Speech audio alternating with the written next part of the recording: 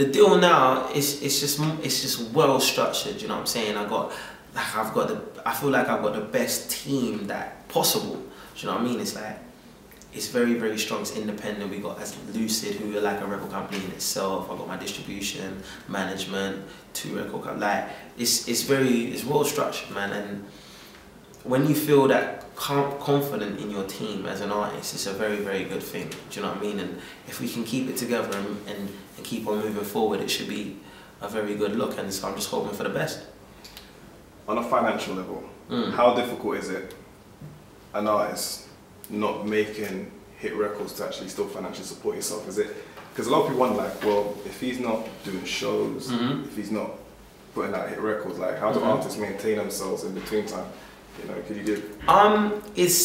It gets difficult, but I do a lot of shows. I love doing performances and doing tours and PAs and stuff. So I do a lot of those. But obviously, yeah, it does get difficult. So you do have to have the right team and the right structure around you. Do you know what I'm saying?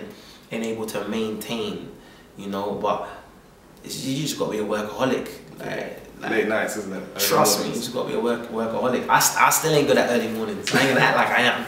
But like, yeah, I definitely do late nights as well in the studio. So. Yeah, you just gotta grind it out, man. And at the end of the day, I've been doing it for 8 years now. First song came out when I was like 16, 17. So nothing comes overnight, and nothing that's worth having comes easily. And when you look at the scene right now and who's doing well, N-Dubs, they've been out for 6, 7 years, and same thing with Skepta and all of these people. Strider's been out since I was like 14. Yeah. So like, do you know what I mean? Like, it is that, like, longevity. Yeah. But for you, is the album completed now, or are you still working on it? I got like, I'd say, another week or so of recording. Yeah. What kind of sound we're looking at? It's obviously, like, I'm an R&B artist, so it's an R&B album, but there's so many different type of influences on there, and I feel like for my first album, I've grown a lot. And I've kind of learned more how to do better up tempos. Like, I was always good at like mid tempos and slow jams as well, but more of my personality comes out in this one, which is kind of coincides with the name Starboy as well. Like, before it was, you know, I was a little bit more in one bracket, just a sexy type of R&B, yeah, and that was only one side of me. Whereas this album, you'll see every dimension, which is why it's called 3D as well. It's got bare reasons why it's called 3D. I mean, I see, just on a personal level, how difficult is it for artists to maintain like relationships? Because you're gonna be you're gonna be out there, you're gonna be taking pictures with this person. Like, that part of it, people never really discuss.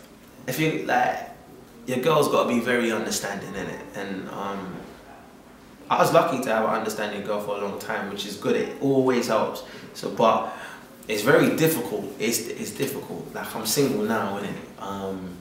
Which is a good look. Get that plug in there. Which is a good look.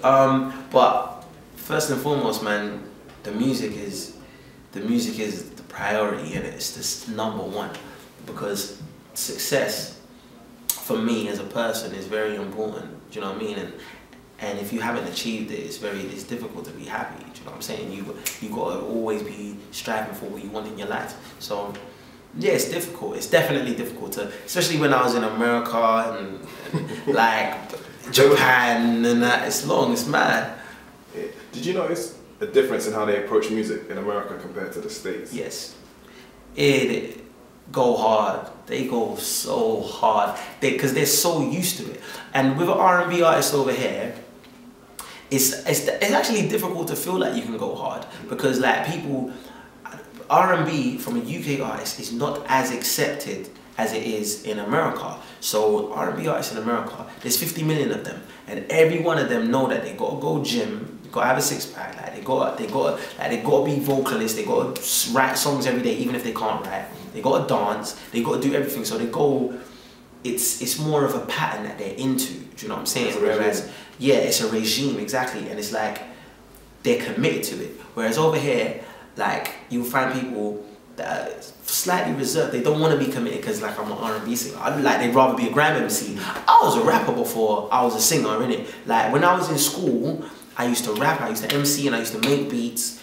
and I sang as well. It's just I decided to sing because I was like, girls' attention, isn't it? The singing got the the singing with the girls, singing with the girls.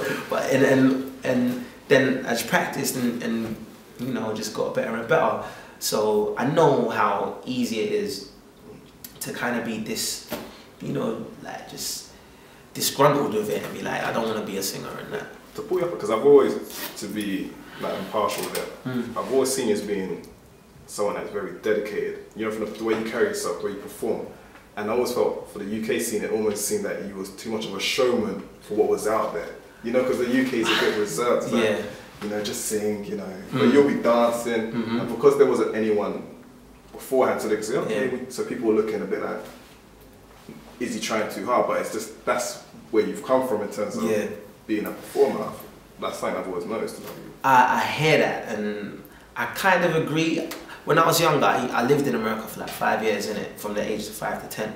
Yeah, and it obviously I saw a lot when I was over there, and me and my mum, we used to go out, we used to watch shows and stuff, and there was groups like Immature, who were like 10 years old and singing and stuff. It's a regime and it's a culture that they've had over there. So when I came over here and I was 8, 9, I was like 11, I was doing talent shows for a long time, and it was like I was used to going on stage and trying to be the best I can be from a young age, and I definitely understand that some people would have saw it and would have been like, yeah, is he going too hard? And they weren't really used to it. So that's why I think it's kind of opening up now. Because no one's really going hard now anyway, still. There you go. But I've never really been, I always want to represent the UK, but I'm not just trying to be a UK artist. I wanted to represent internationally. So if I'm trying to do that, I got to compete with Neo and Chris Brown and Usher and Trey Songz and these people and Jason Derulo and all of these people. That's where